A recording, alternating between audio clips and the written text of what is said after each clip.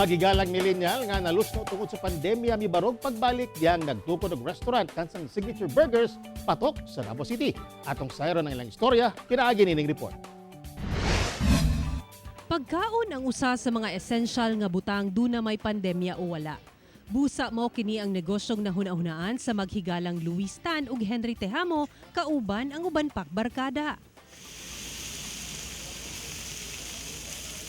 Naag lang gyud tanan sa farm, fresh from farm gid siya namo ginakuha. Kanhi chef sa usa ka iladong hotel sa Davao City si Henry. Apan sa pagsugod sa pandemya, hinay-hinay sab nga nawala ang iyang panginabuhian. Maayo na lang kuno kay ana ang suod nga higalang si Luis.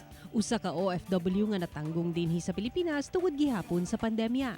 Enjoy but na-struggle somehow kay syempre nangapa pa kay bago pa man.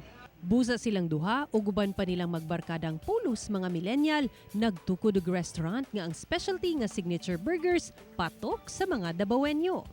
Dunay pang single, pang barkada ug pang pamilya. Busa tanan pwedeng makatilaw. Alang sa magbarkada, gipahapa man sila sa pandemya. Apan ang ilang panaghigalaay, maoy mo patigbabaw alang sa ilang kalampusan. Take risk sa negosyo manggod dapat gyud pursigido. Normal man ang struggle, normal nang naiaway-away. At the end of the day dapat isettle. Kauban si Bebot Kahe sa kamera. Ako si Sarah Hilomen Velasco para sa One Mindanao.